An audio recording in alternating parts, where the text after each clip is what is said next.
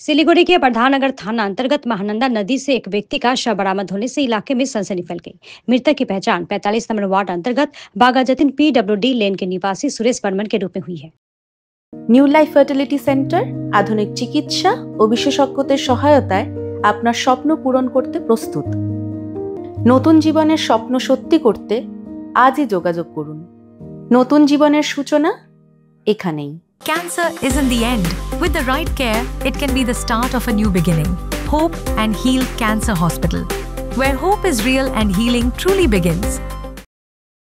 मिली जानकारी के अनुसार सुरेश बर्मन कल रात से लापता थे। परिवार वालों ने देर रात तक उनकी काफी तलाश की, लेकिन उनका कोई सुराग नहीं मिला। आज सुबह स्थानीय लोगों ने महानंदा नदी में एक शव देखा। इसके बाद परिजनों को सूचना दी गई। परिवार वाले मौके पर पहुंचे और शव की पहचान सुरेश बर्मन के रूप में की। दूसरी तरफ घटना की जानकारी मिलते ही प्रधाननगर थाना की पुलिस मौके पर पहुंची और शव को बरामद कर पोस्टमार्टम के लिए उत्तरबंग मेडिकल कॉलेज व अस्पताल भेजा। बताया गया है कि सुरेश बर्मन मानसिक रूप से काफी परेशान थे। परिवार वालों का कहना है कि इसी तनाव के चलते उन्होंने ये कदम उठाया। इस घटना को लेकर पूरे इलाके में मातम छा गया है। पुलिस पूरी घटना की जांच कर रही है। 7 बजे 8:30 बजे से आदमी मिसिंग है। रात 2 बजे तक खोजा हम लोग, नहीं मिला। अभी सुबह मालूम चलता है यहाँ पर फंसा हुआ है सुरेश बर्मन। 60-65 होगा लगभग। कारण तो एक ही है हम लोग का कारण। हम लोग का जो PWD में घर जो है ये सब तोड़ ताड़ के हटाने के लिए बोला है। इसका पहले हम लोग को ऑपरेशन में बुलाया, पट्टा वट्टा दिया, पट्टा वट्टा ले लिया। हम लोग समझा भी नहीं। अब वो लोग बोला प्रोसेस हो रहा है। अभी से 8 महीना से प्रोसेस में है। फिर हम लोग कल परसों गया था बोरो ऑफिस में, तो वहाँ पर कारगिल मैडम से हम लोग बात किया। तो कारगिल मैडम ने NH को फ़ोन लगाया, फिर BRL को फ़ोन लगाया। NH बोलता है 1 हफ्ता में आप लोग खाली कीजिए। तो अभी बोलने का मतलब 1 हफ्ता में खाली करके कहाँ जाएगा। हम लोग को बोला पहले शिफ्ट करेगा, उसके बाद आप लोग को तोड़ेगा। अभी बोलता आप लोग भाड़ा घर में चल जाओ। ये पॉसिबल है? भाड़ा घर में इतना फैमिली जा सकता है? कहाँ पर जाएगा। अब इसके लिए कल रात को हम लोग बात कर रहा था। अभी आदमी को पूरा समझाया हम लोग आधा घंटा तक, ये नहीं समझा। 8:30 बजे से मिस है ये। सुबह आके देखता डेड बॉडी मिला है, उनसे मरा है। और कोई तो टेंशन है नहीं। इसका घर में खाने का पीने का सब कुछ, कोई प्रॉब्लम नहीं है। फैमिली में बेटा है, बहू है, बीवी है, सभी है। हम लोग अब 2 घर छोड़ के तीसरा घर है।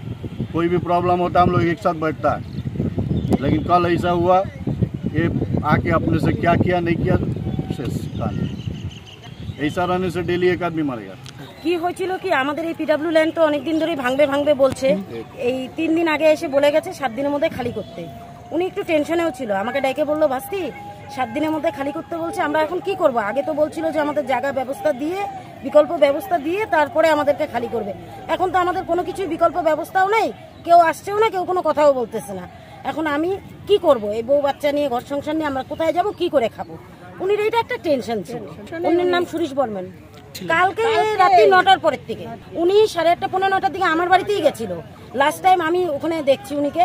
আমার বাড়িতে গিয়ে উনি ছোট মেয়েকে ফোনও করলো, বললো ছোট মেয়েকে ফোন লাগাই দেও ভাস্তি, আমি কথা বলবো। ছোট মেয়েকে ফোন লাগাই দিছি, উনি ছোট মেয়ের সাথে কথা বলছে। কথাটা বলে তারপরে বাড়ি ঢুকছে, বাড়ি গিয়ে নাম্বারটা রাখছে। তারপরে উনি বেড়ে আসছিল, 2-3 জন দেখছে। এদিকে যে সিধা আসছিল ব্রিজের দিকে, সেটা সব অনেক 2-3 জন দেখছে। আমি জানি না, আমি বাড়িতেই ছিলাম। পরে আমি এটা শুনলাম যে 2 জন দেখছে। উনির নাতিও দেখছে, আমাদের পাশের বাড়ি আরেকজন ছেলে দেখছে। ওটাই উনির মেন টেনশন ছিল। উনির একটাই কথা ছিল ভাস্তি আমরা এখন কি করব। আমাদেরকে তো বলছিল জায়গা ব্যবস্থা করে তারপরে আমাদেরকে উঠাবে। এখন ডাইরেক্ট বলতেছে যে 7 দিনের মধ্যে খালি করো। এবার কেউ কোনো কথা বলতেছে না, তাহলে আমরা এখন কি করব। আমাদের কোনো বিকল্প ব্যবস্থা নেই। উনি একটা টেনশনের মধ্যে, চাপের মধ্যে ছিল। কোনো ঝগড়া গাছাল অশান্তি কিচ্ছু ছিল কারণে আত্মহত্যা করলো। উনি টেনশনই ছিল এটা। উনি ছেলে আছে, ছেলের বউ আছে, 2টা নাতি আছে, 2 মেয়ে, 2 মেয়েরই বিয়ে হয়ে গেছে। আর উনি নিজের ওয়াইফ আছে। এখানে অনেক বছর থেকে থাকে, 40 বছর হবে, অনেক বছর ধরে এখানে থাকে উনিরা। কালকে রাত্রেবেলা থেকে একটু আগে এখান থেকে কেউ একজন ফোন করে বললো যে কাউকে দেখা যাচ্ছে এরকম নদীতে। তাতেই আমরা ছুটে এসে দেখলাম যে হ্যাঁ উনি এটা। কালকে রাত্রে এসেও খুঁজে হয়েছে, রাত্রি 2টা অবধি আমরা খুঁজে গেছি। আমরা নিজেরাই খুঁজে গেছি আমাদের পাড়ার ছেলে পেলে নিয়ে, কিন্তু তখন আমরা কোনো খোঁজ পাইনি। এখন আমাদের কাছে ফোন গেল যে হ্যাঁ নদীতে কাউকে দেখা যাচ্ছে, তাতে এই যে আমরা আসি। এই যে একমাত্র ঘাটের পাড়ে বললো 8টা লোককে আমরা উঠিয়ে দিব, দিয়ে আমরা জায়গা দেবো, তারপরে বাকিটা নটারি করবো, তারপরে বাকিগুলো দেবো। তাহলে কি হলো, এখন দেখছি যে এখন দিতে পারবো না, কাগজ জমা হয়েছে, যখন পাবা পাবা, এখন ভাড়া বাড়ি চলে যাবে। বাড়ি চলে যাও, আমরা ভাড়া দিব না, খাবো না, সংসার বাচ্চা কাচ্চাকে পালবো। সাধারণ মানুষ আমরা কি করবো? আমরা সাধারণ মানুষ দিন আনি দিন খাই, এক্সট্রা কোনো আমাদের ব্যবস্থা কোনো নাই। ব্যবস্থাই নাই যে বাড়ি করবো, ঘর করবো না, জায়গা না, জমি আমরা নিজেরাই ছেড়ে দিব। আমাদের বিকল্প ব্যবস্থা দিতে আমরা ছেড়ে দিতাম। আমরা তো শুরু থেকেই আমাদেরকে বলছি এরকম করে আগের থেকে লোক আপনারা দেখায় উন্নয়ন চান, আমরা রাখে উন্নয়ন চাই। এখন ফট ফট আমাদের করে কোনো অসুবিধা নাই, কিন্তু আমাদেরকে বিকল্প ব্যবস্থা যেটা আপনারা বলছেন দিবেন, আমাদের সেটা দেন, দেন আমাদের। আমরা নিজেরাই আপোষে ছেড়ে দেব। ছেড়ে দিব।